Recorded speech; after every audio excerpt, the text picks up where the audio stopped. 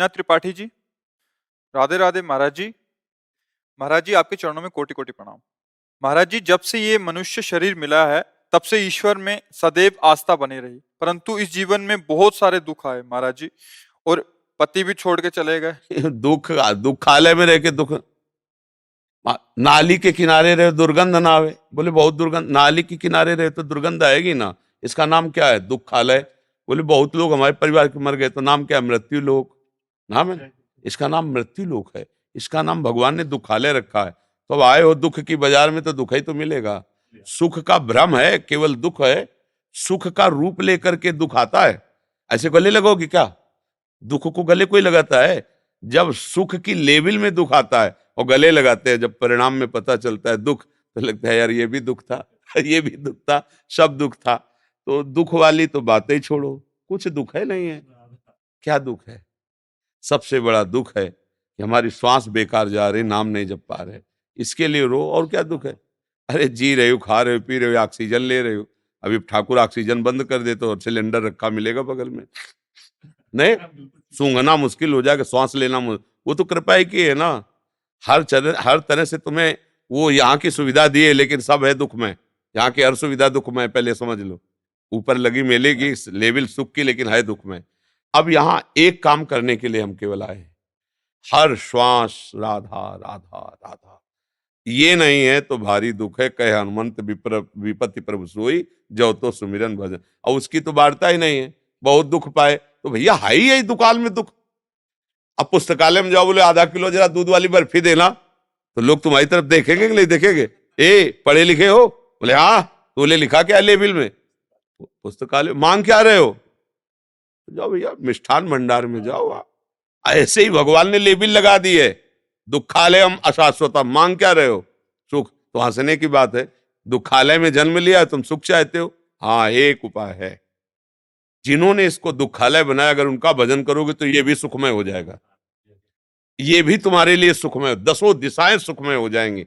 एकमात्र भगवान का भरोसा करके नाम जप करो, सुमिर पवन सुत पावन नामू अपने बस कर राखेरा। कर तुम अकर तुम अन्यथा कर तुम, भगवान तुम्हारे साथ बाल बांका भी नहीं होगा। रश्मि जी कनाडा से। पूज्य महाराज जी सादर प्रणाम। महाराज जी मनुष्य जन्म का उद्देश्य भक्ति करके भगवत धाम वापिस जाना है, लेकिन जब करते समय मन बहुत विचलित होता है। मंदिर जाना, सेवा करना, यथासंभव कभी कभी तीर्थ यात्रा में जाना भी हो जाता है। क्या ये सब पर्याप्त है भगवत प्राप्ति के लिए? समझ नहीं आता क्या करें, और हमें कैसे पता चलेगा कि हमारा मनुष्य जीवन भगवत प्राप्ति के लिए भगवत भरोसा पर्याप्त है। हे नाथ, मैं जैसी भी हूं आपकी हूं, बस हमारे हृदय में प्रबल इच्छा है कि मैं आपको प्राप्त करूं। अब कैसे प्राप्त करूं ये आप हमें संभाल लीजिए, मूल में ये बात होनी चाहिए। इसके बाद कई बार हमने सत्संग में भी कहा है कि बाहरी व्यवहारों में मन लग सकता है, लेकिन निरंतर नाम जप में नहीं लग सकता, क्योंकि नाम जप मन को मारता है। व्यवहार में उसको चांस मिलता है, खुराक मिलती रहती है। जैसे हम तीर्थ याटन जा रहे हैं तो संसारिकता भी दिखाई दे रही, मन को चैन मिल रहा है। सेवा कर रहे हैं तो बातचीत और ऐसा, लेकिन जब नाम जप कर रहे हैं तो सीधे नाम का ध्यान, नाम का सुमिरन, तो मन मरता है। इसलिए मन को पसंद नहीं मरना। मरना किसको पसंद है? तो मन को मारने के लिए नाम बहुत जरूरी है। पर जो भगवत प्राप्ति है वो हमें भगवत आश्रय से निश्चित हो जाएगी। बस आश्रय को हम समझ पाए, मन वचन कर्म से एकमात्र प्रियाजू का, लालजू का आश्रय, और अपने में असमर्थता का अनुभव कि प्रभु मैं हर प्रयास करके देख रहा हूं, मेरी सामर्थ्य नहीं कि मैं आपको प्राप्त कर सकूं। तो क्या होगा? रोना आने लगेगा। जब असमर्थ होता है कोई तो क्या, अब हमें चाहिए पर मैं गरीब कैसे प्राप्त कर पाऊं? मान लो बहुत कीमती चीज है, चाहिए पक्का, अब क्या करूं? मेरे में सामर्थ्य नहीं पर मुझे चाहिए। तो फिर क्या होता है? रोना आ जाता है। बस रोना हुआ और रोते रोते प्रभु को पुकारे तो फिर भगवान के मिलने में संशय नहीं। कबीरा हंसना छोड़ दे रोने से कर प्रीति, बिन रोए किन पाइया प्रेम प्यारा मीत। जिस समय गोपीजन प्रयास करती रही भगवान को ढूंढने का, और जब देखा अब नहीं ढूंढ पाई तो रहा नहीं गया, तो सब जोर जोर से रोने लगी। रुदु सुस्वरम राजन कृष्ण दर्शन लालसा, प्रभु के दर्शन की लालसा से उच्च स्वर, हा कृष्ण। तो भगवान उसी समय उन्हीं के बीच में प्रकट हो गए। उसी समय वह लिखा है, तासा महावीर भूत छवरी इसमय मान मुखाम्बुजा पीताम्बर धरा सृग्वी साक्षात मन मन। तो रो रो करके भगवान को पुकारना ही भगवान की प्राप्ति का उपाय है। पर रोना तभी आता है जब अपने में हार आ जाती है कि मैं देख लिया, बहुत बार चल के देख लिया, मैं बार बार फिसल जाता हूं, मैं बार बार हार जाता हूं। हे हरि, मैं अपने को देख पा रहा हूं कि मैं आपको कभी प्राप्त नहीं कर पाऊंगा, मेरे आचरण ऐसे हैं, मेरा मन ऐसा है, पर नाथ मैं प्राप्त करना चाहता हूं आपको। तो वो जो पुकार होती है वही पुकार आर्त पुकार कही जाती है। उस पुकार से भगवान की प्राप्ति होती है। बस हमारा लक्ष्य दृढ़ हो जाए, मुझे प्रभु चाहिए, पर हम असमर्थ हैं, हम प्रभु लायक नहीं है। हम कोशिश करके देख ली, उनके लायक हम बन नहीं सकते। हे नाथ, अब आप अपने लायक बना लो, पक्का भगवत प्राप्ति हो जाएगी। कैसे भी हो तुम, परिणाम में तुम्हें भगवत प्राप्ति हो जाएगी, क्योंकि आपने जो अपने हृदय की बात रख दी ना, तो भगवान दोनों पक्ष को देख रहे, आपको भी और अपनी माया को भी, कि मेरी माया कितनी प्रबल है, अभी मेरी शरण में आ गया, अब बस बात बन जाएगी। समझ रहे ना जी। आप मधुकरी ले रहे आते हैं, हमारी बात है, बात हम आपके दर्शन में अब सब आपको याद है, एक बार आप आओ। अब बस इसी रोग ने हमें बांध दिया, नहीं तो महीना मुश्किल होता था, 2-3 दिन राधा बाग में रहना, आप ब्रजवासियों की जूठन पाना, यही हमारी सामर्थ्य है। बाबा ये तो आप एक कैमरे हैं, पर हमें बड़ी कृपा लग रही है। हाँ, बस यही हमारी लाडली का चमत्कार है। मतलब डॉक्टर भी जैसे हम ये लोग ले गए हैं ना, तो जैसे सामने खड़े तो उनका मरीज को सामने लाओ, तो वे खड़े तो हैं, वो ये मरीज है। तो केवल मेरी लाडली का जो प्रभाव है ना, ब्रह्मेश्वरादि सुदुरूह पदारविंदो श्रीमत पराग परमाद्भुत वैभव आया।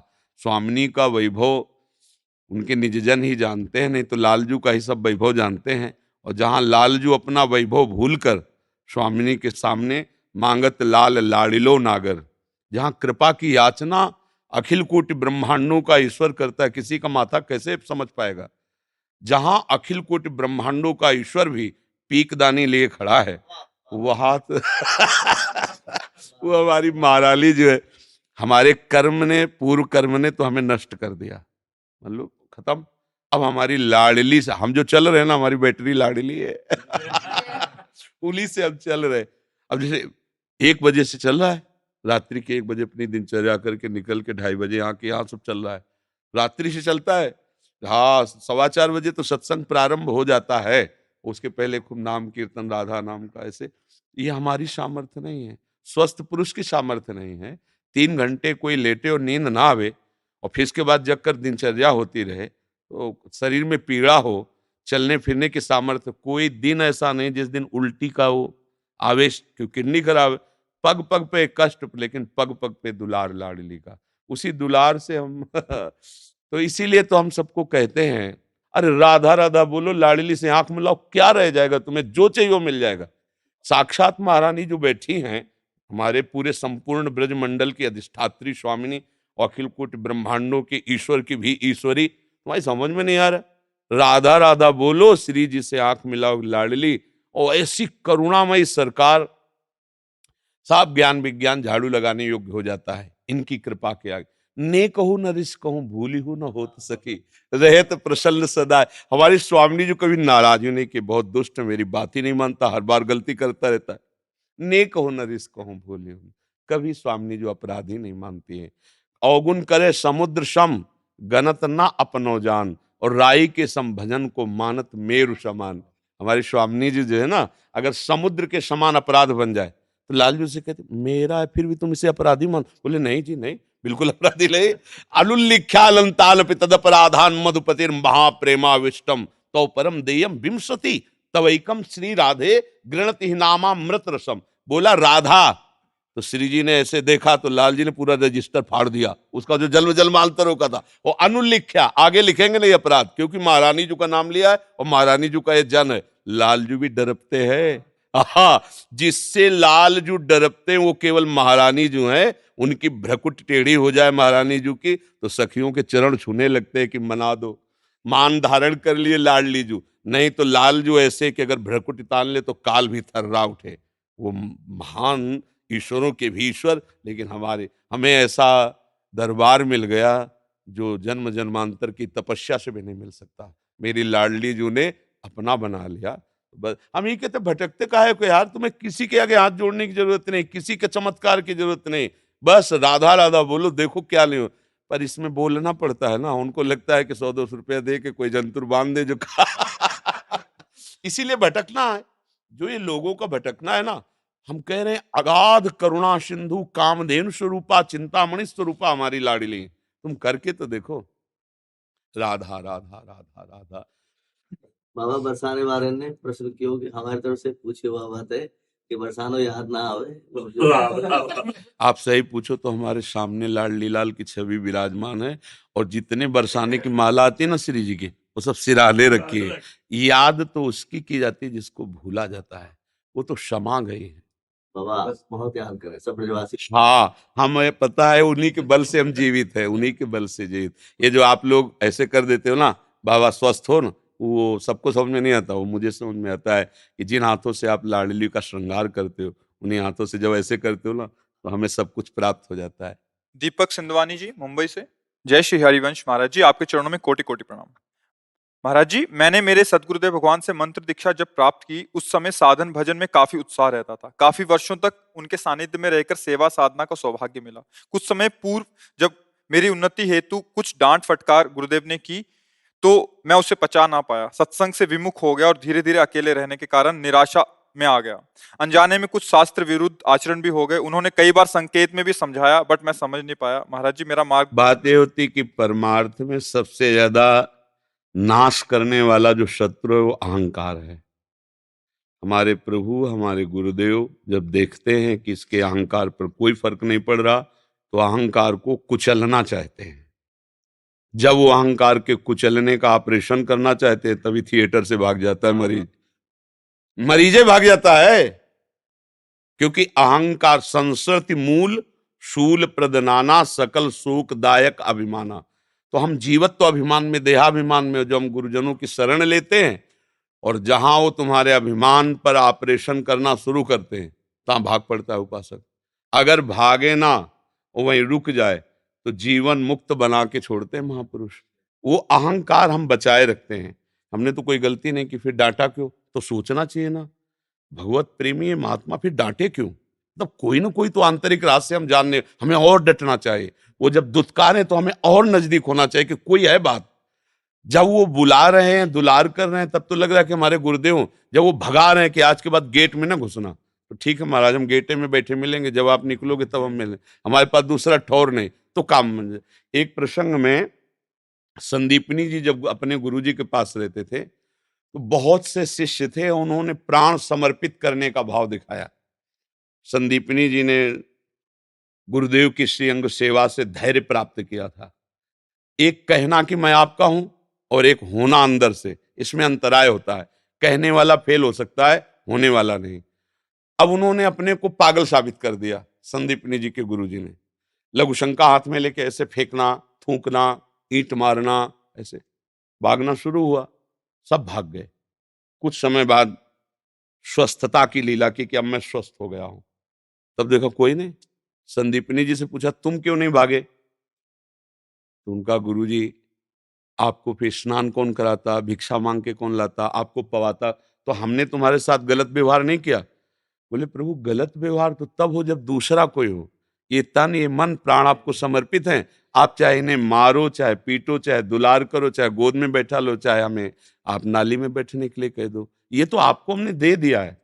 बहुत प्रसन्न हुए। बोले बेटा, मैं जिस भजन के बल से जिस भगवान को प्राप्त होऊंगा, वो भगवान तुम्हारा शिष्य बनेगा आके। तो जगत गुरु भगवान कृष्ण नीचे बैठे और संदीपनी जी आसन में बैठे। गुरु प्रताप समझना होता है। समर्थ स्वामी रामदास जी के पास हजारों शिष्य थे, तो जो 2-3 सेवा करने में प्रधान थे, उनसे ईर्ष्या करते थे। एक दिन प्रश्न किया कि आपके समीप एक ही है क्यों सेवा में नजदीक रहते हैं, हम लोग भी तो हैं। स्वामी जी ने कहा कि समर्पण की कमी के कारण श्रीअंग सेवा का अधिकार साधक नहीं प्राप्त कर पाता, समर्पण होना चाहिए। तो उनका, महाराज हमारे समर्पण में क्या, रात दिन आश्रम में रहते हैं, आपका दिया खाते हैं, आप जो आज्ञा करते हैं वैसे चलते हैं। ठीक है, कल फिर आना सब लोग। दूसरे दिन गए तो आसन में नहीं बैठे। क्या हुआ? बोले बहुत दर्द हो रहा है, यहाँ एक फोड़ा हो गया हमारे, रात रात में बड़ा विषैला फोड़ा हुआ, पट्टी बंधी हुई थी ऐसे और पैर ऐसा तो उनका गुरुजी फिर राज वैद्य को बुलवाते हैं। बोले नहीं, इस फोड़े का उपचार भी हम जानते हैं। कोई शिष्य यहाँ मुंह लगाए और पूरा मवाद पी जाए तो वो मर जाएगा और हम ठीक हो जाएंगे। जो हजारों की भीड़ थी ला, पीछे ही खसकने लगे, मरना नहीं भाई, बस उनमें दो चार रह गए। तो उनका गुरुजी दवाई से ठीक हो जाए। बोले दवा काम नहीं करेगी, सब चले गए। वो जो एक अंग सेवा में थे, उनका गुरुजी बताओ कहाँ कहाँ से हम मुंह लगा के इस मवाद को पी जाए। तो उनका बेटा यहाँ से पी। तो कुछ लोग देखने के लिए खड़े थे कि कैसे पिएगा और मरेगा। उन्होंने जब पिए तो बोले गुरुजी ऐसे रोज एक फोड़ा हो तो हमारे तो आनंद आ जाए। बोले बेटा बिल्कुल ठीक हो गए। तो सब लोगों ने पूछा मरे? बोले मरे कैसे, इतना मीठा अमृत जैसा रस था। और वो लंगड़ा आम जो है गुरुजी सब फिर सबको बुलवाया और कहा देखा, इसे कहते समर्पण। हमने कहा था पियोगे तो मर जाओगे, तो गुरु की वाणी तो समर्पण होता तो होता कि आपके लिए ही तो मरेंगे ना, हम पहले पीते हैं। कोई नजर नहीं आया जो एक अंग सेवा में था। ऐसे गुरुजनों में हमें कभी दोष दर्शन नहीं करना चाहिए। अगर हम पूर्ण समर्पित भाव हों तो हमें प्रभु के लायक बना देंगे। जो सच्चे संत होते हैं वो अहंकार का पोषण नहीं करते। आप खूब सेवा करो, इसके बाद डांट जहां मिले वहां सच्चाई है, समझ लेना। सेवा के बाद अगर प्यार दुलार और पुरस्कार मिले तो अभी कच्चाई है। जब सेवा के बाद और कड़ी नजर हो जाए तो समझ लेना बात यहाँ करेक्ट है और हमारी बात बन जाएगी। अगर देने के बाद तुम्हारे ऊपर वो ठकुर सुहाती बातें, चाटुकारिता की बातें होने लगे तो गड़बड़ है। और जब देने के बाद तुम्हारा कोई सम्मान न हो, अपना समस्त, तो समझ लेना ये हमारा देना सीधे लाडली लाल के पास जा रहा है। जब हम लोग चाहते क्या है कि अगर कुछ दे तो थोड़ी सी आबासी सेवा, वो अहंकार का पोषण होगा। तो अब गुरुदेव भगवान कहीं गए थोड़ी है, उनका मंत्र कहीं गया थोड़ी, वो तो सर्वत्र व्याप्त तत्व है। उन्हीं को पुकारो, उन्हीं के द्वारा दिया हुआ नाम मंत्र जपो। गुरुदेव जब तक शिष्य का कल्याण नहीं हो जाता तब तक उसके हृदय में बैठे रहते हैं। ये बात पकड़ लेना। जो ये समझते हैं हमारे गुरु मर गए, हम गुरु जाना ही नहीं गुरु कौन है। अरे गुरु साक्षात भगवान है, कोई गुरु व्यक्ति थोड़ी गुरु होता है। अच्छा, हम भगवान का भाव जब एक विग्रह में कर सकते हैं तो चैतन्य घन चलते फिरते संत महात्मा में भी कर सकते हैं। तो वो भाव हमारा कल्याण करता है। ये तो पांच भौतिक शरीर है, ये तो कुछ समय के बाद नष्ट हो जाएगा, लेकिन आपका जो भाव है वही आपको प्रभु तक ले जाएगा। गुरु भाव का विषय होता, व्यवहार का विषय नहीं होता। इसीलिए कहा अखंड मंडलाकारम व्याप्तम चराचरम तत्पदम दर्शितम तस्मै श्री गुरुवे नमः। दिनेश जी, हरि वंश। हाँ जी, आपके चरणों में कोटि कोटि प्रणाम। महाराज जी, श्रद्धा और विश्वास में क्या अंतर है और श्रद्धा को कैसे बढ़ाया जाए? श्रद्धा जब हमारी बुद्धि में पवित्रता आती है तब कहीं श्रद्धा होती है। शास्त्र में श्रद्धा, गुरु में श्रद्धा, भगवान में श्रद्धा या धर्म में श्रद्धा। श्रद्धा का स्वरूप है कि जो लिखा है, जो बोला गया, उस पर बिना विचार के विश्वास कर लेना। जैसा लिखा है, जैसा बोला गया है, हमें वैसे ही चलना है। तो श्रद्धा का गाढ़ रूप हुआ करके विश्वास, अलग कोई विश्वास चीज नहीं। जैसे कहा गया भवानी शंकरो वंदे श्रद्धा विश्वास रूपिणो। शिवा श्रद्धा है और शिव विश्वास है, तो अर्धांगिनी हुई ना शिवाजू।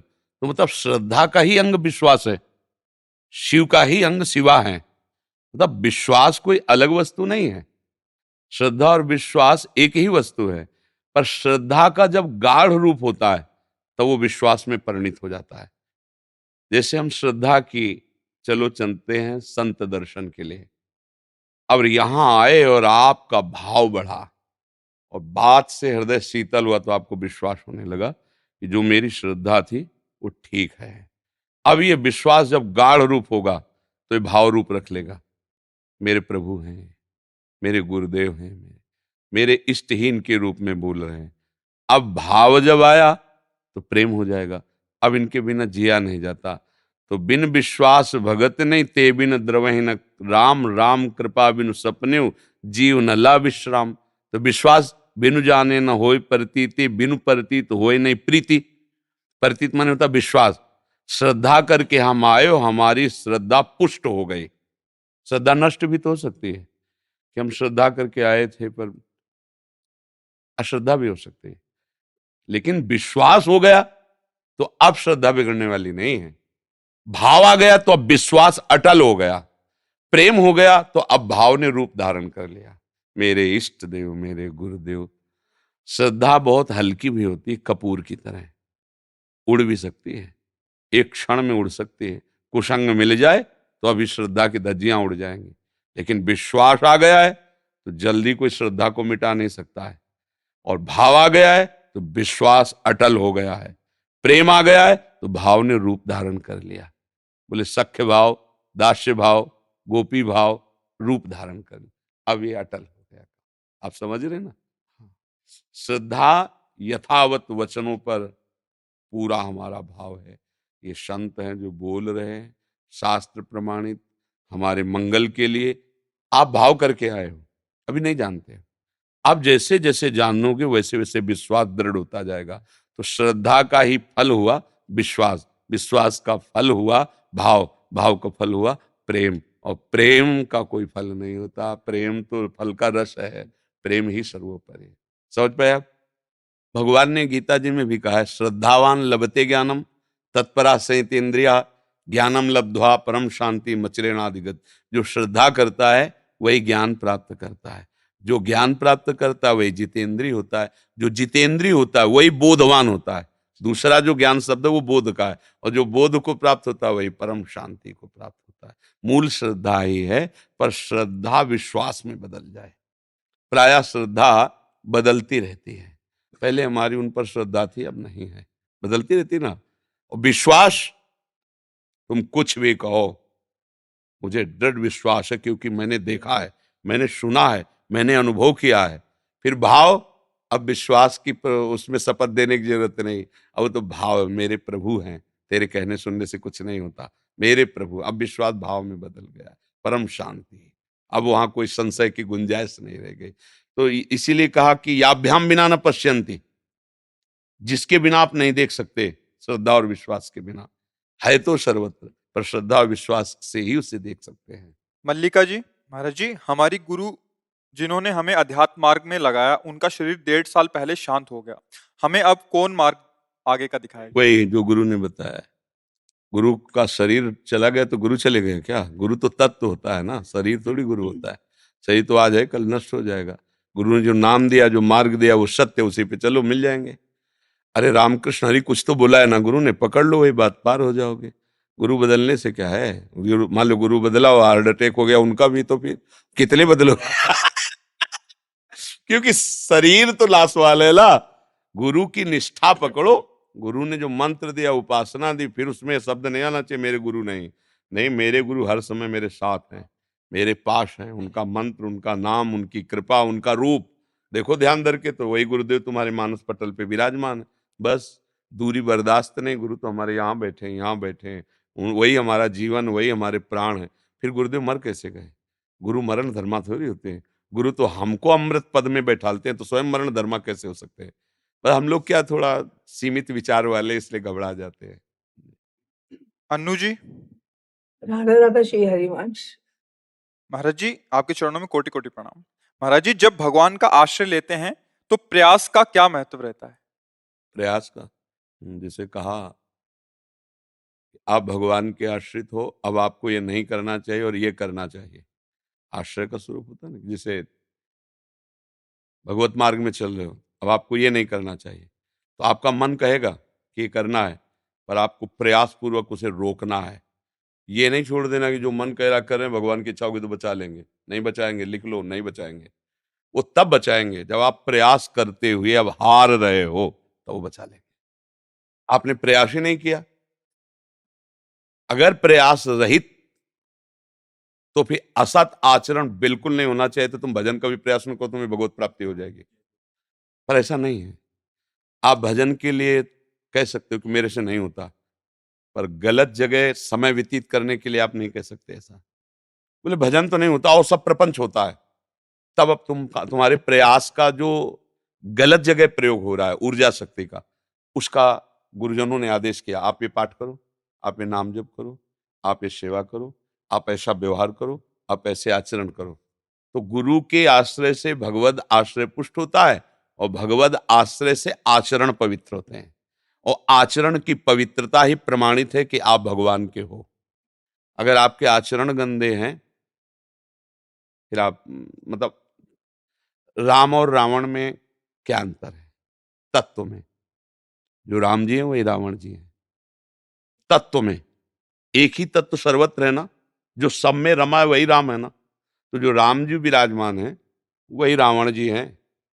वैसे भी भगवत स्वरूप ही पार्षद होकर भगवान के धाम में जाते हैं, और भगवान का पार्षद ही रावण है। भगवान और भगवान के पार्षद अभेद होते हैं, दोनों तरह से। हम लीला, प्रगट लीला के पहले भी वो जय विजय हैं, तो भगवान के स्वरूप हैं, चतुर्भुजधारी नारायण स्वरूप ही हैं। भगवान के धाम में भगवान का स्वरूप ही होकर के तो जाया जाता है। और वैसे भी तत्व रूप में भगवान सब में विराजमान है। अब जगत में प्रगट होने की परंपरा में उत्तम कुल पुलस्त करनाती, ब्रह्म ऋषियों की संतान पुलस्त ऋषि के पौत्र का सौभाग्य रावण को प्राप्त हुआ, और महाराज प्रभु रघुवंश में प्रकट हो रहे हैं, चक्रवर्ती सम्राट महाराज दशरथ में। तो अंतर में वो श्रेष्ठ हुआ। उत्तम कुल पुलस्त करना, ब्रह्म ऋषि का पौत्र है, विश्वश्रवा का पुत्र है, ये ब्रह्म ऋषि है। उत्तम कुल में जन्म लेकर भगवान के प्रति भारी तपस्या से संपन्न महापुरुष है। और बल में भगवान तो अगाध समुद्र हैं बल, तो उनका पार्षद उनसे कम नहीं है।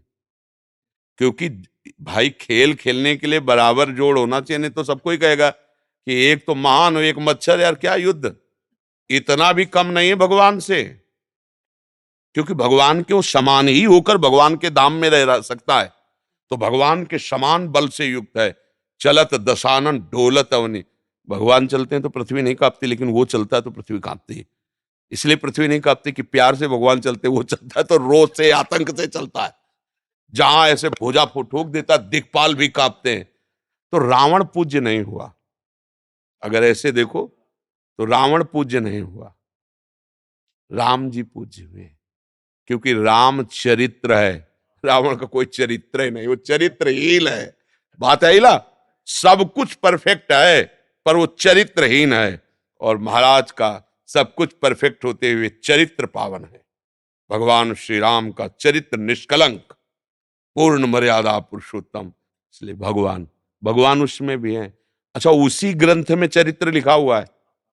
राम चरित्र की जब आरती होगी तो राम की भी हो रही है, रावण की भी हो रही है। आयला उसी में तो है ना, रामचरित्र में उसका भी चरित्र है ना। तो हमारे यहां चरित्र ही प्रमाणित करता है कि आप किस कोटि के साधक हैं, किस कोटि के साधन में।